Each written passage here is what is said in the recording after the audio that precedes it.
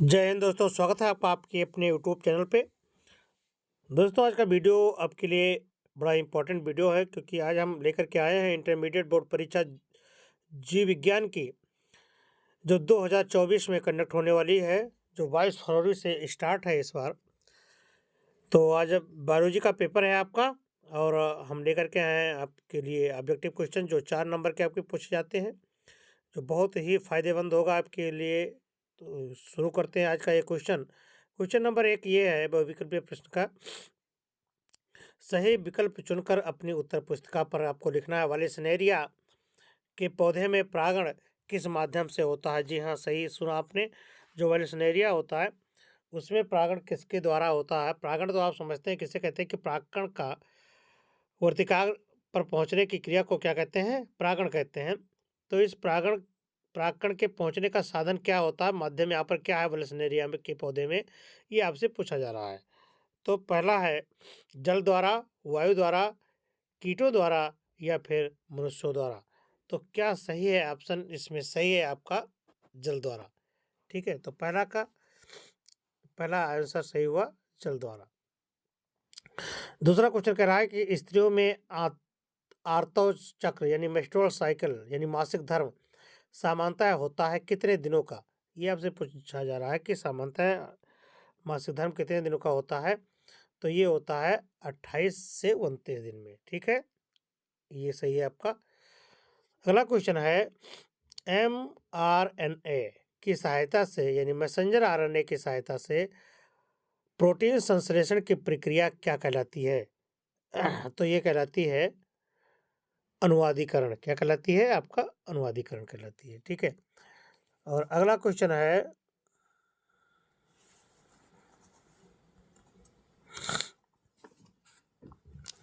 कि बिडाल परीक्षण किस बीमारी की जांच में उपयोग है? जी हाँ, जो बिडाल टेस्ट होता है वो किसकी पुष्टि के लिए, ये कह रहा है कि किसकी पुष्टि, किस बीमारी की पुष्टि के लिए उपयोग किया जाता है? तो बिडाल टेस्ट टाइफाइड के लिए उपयोग किया जाता है। जी हाँ, सही सुना आपने, किसके लिए? टाइफाइड के लिए। तो ये रहा, ये आपका 20 यानी सेकंड सही है। ठीक है,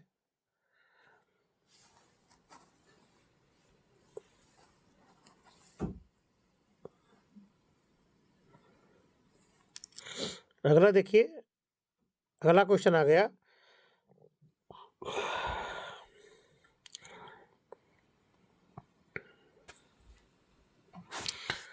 अगला क्वेश्चन है, क्वेश्चन दिया है कि बीजांड का वह स्थान जहां बीजांडवृंत जुड़ा होता है। तो बीजांड का वह स्थान जहां बीजांडवृंत जुड़ा होता है, उस स्थान को क्या कहते हैं?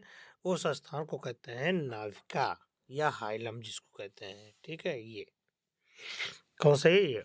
अगला है टीबी के टीके का क्या नाम है? जो टीबी का जो टीका दिया जाता है, उस टीके का क्या नाम है? ये आपसे पूछा जा रहा है कि टीबी के टीके का क्या नाम है? तो बीसीजी का टीका। कौन सा? ऑप्शन है बीसीजी, डीपीटी, ओपीबी या कोवैक्सीन। तो इसमें है बीसीजी का टीका। ठीक है,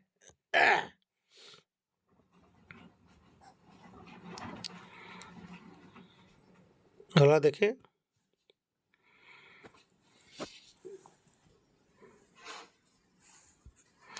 अगला है भारत में रामदेव मिश्र को किस विषय का अध्ययन के जनक के रूप में जाना जाता है?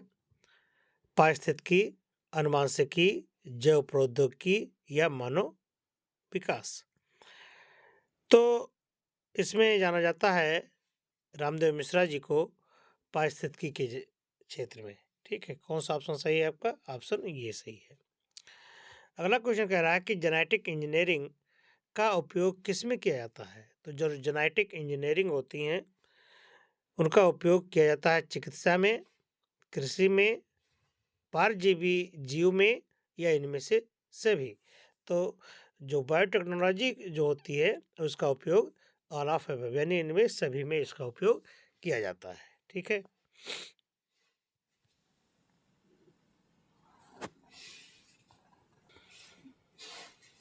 अगला क्वेश्चन है कि अनुवांशिकता रूपांतरित पौधा है कौन? इसमें आपको बताना है कौन रूपांतरित पौधा है।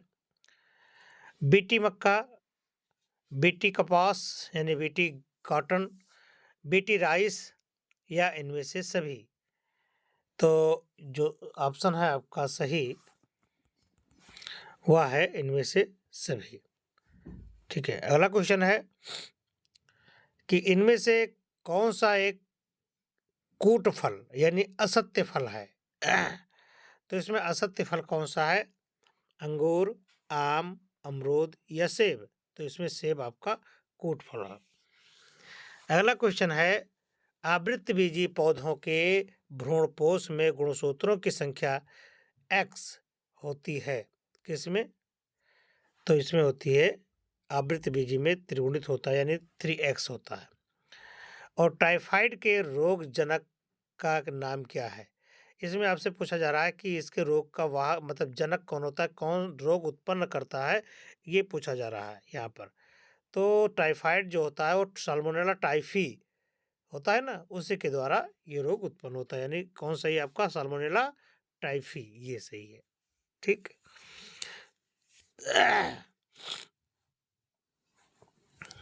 अगला देखें।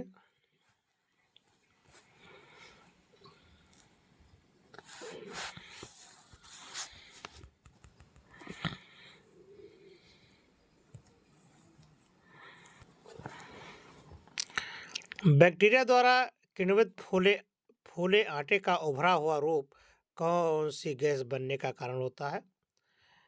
तो जो फूले आटे जो उभरा हुआ होता है वह कार्बन डाइऑक्साइड बनने के कारण होता है। किसके द्वारा? कार्बन डाइऑक्साइड बनने के कारण। तो ऑप्शन आपका सही है कौन सा? CO2 यानी सही है आपका ये। अगला क्वेश्चन कह रहा है कि किसने पुष्टि की कि DNA एक आनुवांशिक पदार्थ है? डीएनए की एक आनुवांशिक पदार्थ की खोज यानी डीएनए को आनुवांशिक के रूप में खोजा किसने, ये आपको बताने हैं। तो मैथ्यू मिशेल्सन और फ्रैंकलिन स्टाल ने, अल्फ्रेड हर्शे और मार्था चेज ने, बीडल और टॉयटम ने, और वाटसन एवं क्रिक ने। तो डीएनए के जो आनुवांशिक पदार्थ के रूप में पुष्टि की वह की थी किसने? अल्फ्रेड हर्शे व मार्था चेस ने। ये सही है आपका। अगला क्वेश्चन है कि घास परिवार में बीजपत्र को क्या कहते हैं? तो घास परिवार में बीजपत्र को प्रशल्क कहते हैं। क्या कहते हैं? प्रशल्क। फर्स्ट सही है। और अगला क्वेश्चन है क्रोमोसोमीय यानी गुणसूत्री विकार का उदाहरण है। देखिए ये आपको अगले में दिखा दे।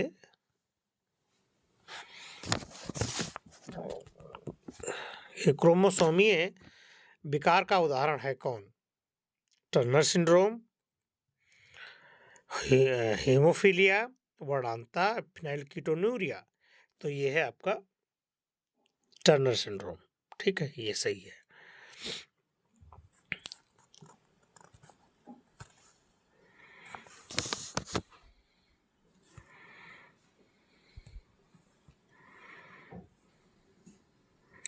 अगला क्वेश्चन है कौन सा एंजाइम डीएनए को विशिष्ट स्थानों पर काटता है? तो जो विशिष्ट स्थान पर काटने का काम होता है वह है एंट्रोन्यूक्लियेज का। किसका? ऑप्शन इस तरह से है लाइगेज का, एक्सोन्यूक्लियेज का, एंडोन्यूक्लियेज का या पॉलीमरेज का। तो ये होता है एंडोन्यूक्लियेज का, यानी ऑप्शन आपका सही है कौन? ये एंडोन्यूक्लियेज का। अगला क्वेश्चन देखें।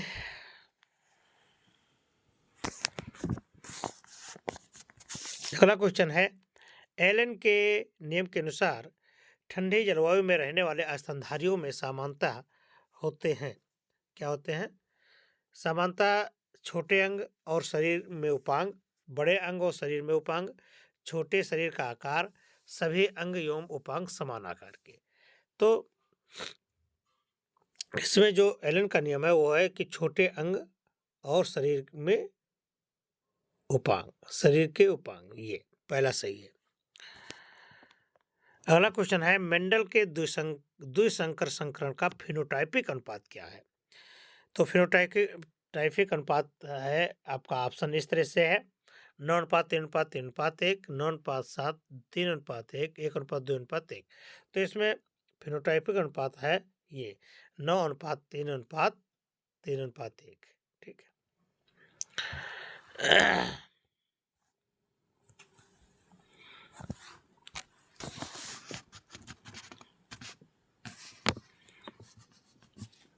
अगला क्वेश्चन है टेस्टोस्टेरॉन हार्मोन श्रवण होता है सर्टोरी कोशिकाओं द्वारा, अधिवृषण द्वारा, जनन कोशिकाओं द्वारा या लीडिंग कोशिकाओं द्वारा। तो ये होता है लीडिंग कोशिकाओं द्वारा। ठीक है, चलिए अगले क्वेश्चन की तरफ बढ़ते हैं हम लोग।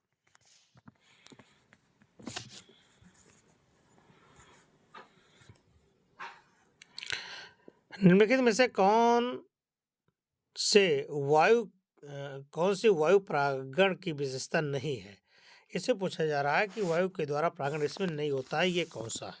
ठीक है, पहला है हल्के परागण, बेहतर अनावृत पुंकेसर, असंख्य बीजाणु या बृहत एवं पिष्ठवर्तिकाग्र।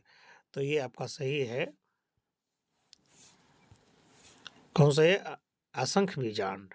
ये ऑप्शन आपका फोर्थ सही है। अगला क्वेश्चन है दात्र कोशिका अर्थता यानी सिकल सेल एनीमिया ग्लूटामिक अम्ल के निम्नलिखित में से किस एक एमिनो अम्ल के प्रतिस्थापन से होता है, ये आपको बताना है। ऑप्शन है फर्स्ट है लाइसिन, मेथायोनिन, वैलिन या सेरिन। ये आपको बताने हैं। तो ये होता है वैलिन। ठीक है, ये सही है। अगला क्वेश्चन है निम्नलिखित प्रतिरक्षी अणु में कितने पेप्टाइड बंध होते हैं। प्रत्येक प्रतिरक्षी अणु में कितने पेप्टाइड बंध होते हैं। तो वो होते हैं 4। ठीक है,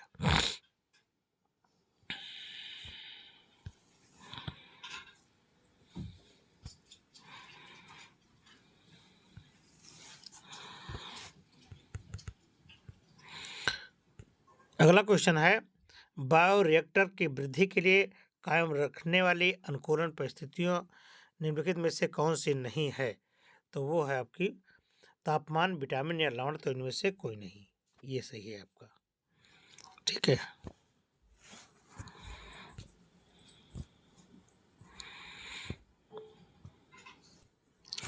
अगला क्वेश्चन है सही विकल्प पर सही निशान लगाइए। वो है इनमें से कौन सा परागकण में पाए जाते हैं। 2 नर युग्मक, 2 वर्धी कोशिकाओं एवं 1 जनन कोशिका, 1 जनन कोशिका व 1 नलिका कोशिका, 1 नलिका कोशिका व 1 नर कोशिका। इसमें क्या सही है। तो इसमें सही है 1 जनन कोशिका व 1 नलिका कोशिका। ठीक है, तीसरा ऑप्शन आपका सही है। अगला क्वेश्चन कर रहा है कि एक परागकण में परागधानियों की संख्या कितनी होती है। तो एक परागकण में परागधानियों की संख्या कितनी होती है, वह 4 होती है।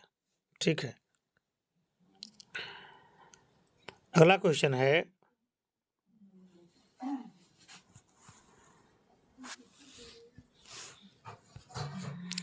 जव के 200 दाने बनाने के लिए कितने अर्धसूत्री विभाजन होने चाहिए।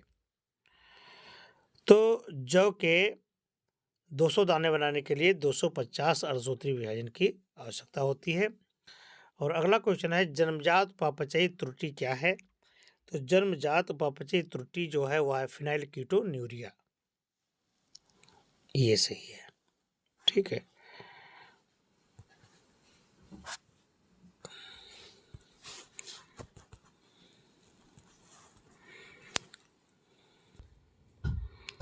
अगला क्वेश्चन है द्विनिषेचन का क्या तात्पर्य है।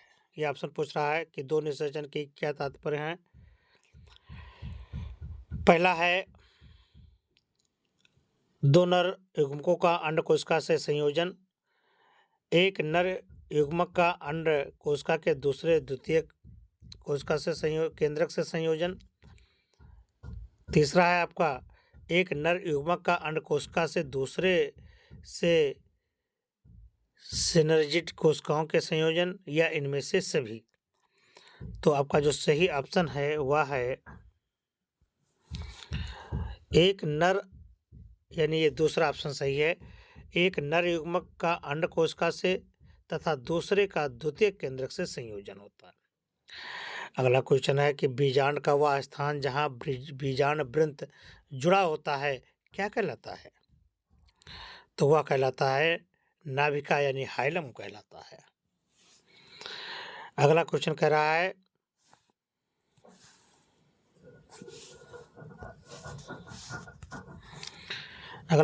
कि जेनेटिक इंजीनियरिंग का उपयोग कहाँ होता है? वैक्सीन में, चिकित्सा में, या कृषि में, या इनमें से सभी? तो इसमें से सभी में किया जाता है। टीबी के टीके का नाम क्या है? तो टीबी के जो भी टीका आपको बताया गया इससे पहले भी कि जो टीबी का टीका होता है वो वीसीजी के नाम से जाना जाता है। बहुत ही इम्पोर्टेंट ये क्वेश्चन है, कई बार पूछा जा चुका है, तो ये आपको जानना बहुत ज़रूरी है। ठीक है, चलते हैं अगले क्वेश्चन की तरफ।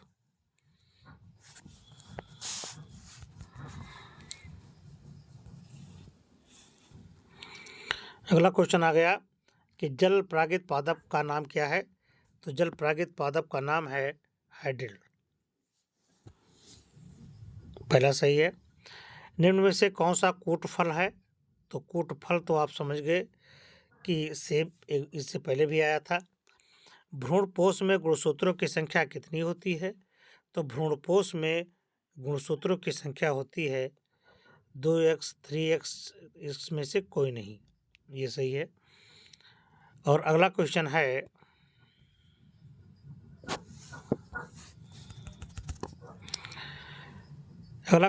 कि 112 लघु बीजाणुओं के निर्माण हेतु लघु बीजाणु मात्र कोशिकाओं में कितने अर्धसूत्री विभाजन होंगे?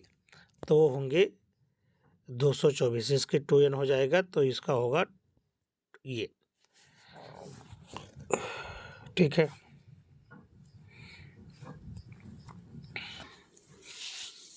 अगला क्वेश्चन है भ्रूणपोष की कोशिकाएं क्या होती हैं?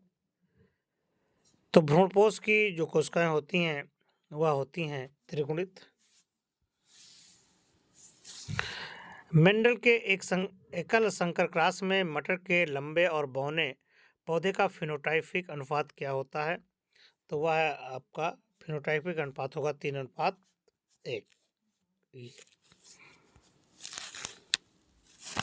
ठीक है, अगला क्वेश्चन है टाइफाइड के रोगजनक का क्या नाम है? तो टाइफाइड के रोगजनक का नाम आपको पहले बता दिया गया, साल्मोनेला टाइफी है।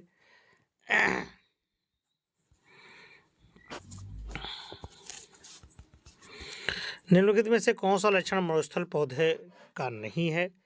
तो मरुस्थल पौधे का जो लक्षण है वह पत्तियों पर रंध्र दोनों सतहों पर बराबर संख्या में पाया जाना, ये नहीं है। ठीक है,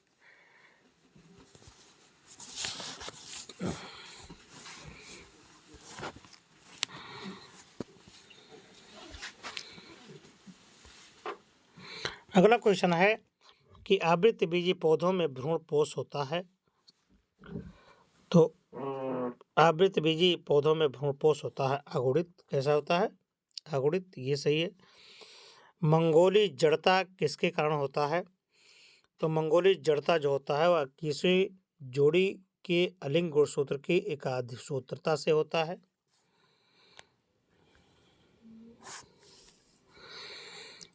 अगला है हड्डी तोड़ बुखार का कारक कौन है?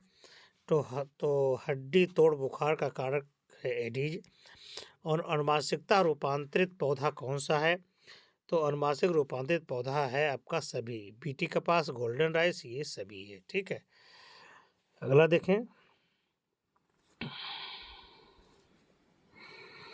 अगला क्वेश्चन है दोहरा निषेचन पाया जाता है किसमें? तो दोहरा निषेचन शैवाल में, कवक में, आवृतबीजी पौधों में, या आवृतबीजी पौधों में। तो जो दोहरा निषेचन होता है वह पाया जाता है आवृतबीजी पौधों में। चौथा, विषाणु का आनुवंशिक पदार्थ क्या है? तो विषाणु का आनुवंशिक पदार्थ है डीएनए या आरएनए। ठीक है,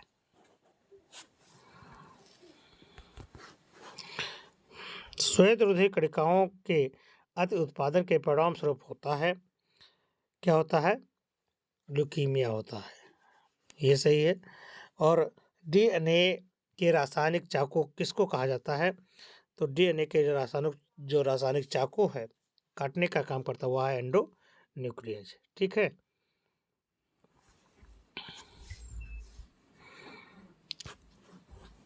ठीक है, तो इसमें आपका क्या सही हो जाएगा? एंडोन्यूक्लियस सही हो जाएगा। ठीक है, ये आपका डीएनए चाकू का काम करता है, एंडोन्यूक्लियस। ठीक है।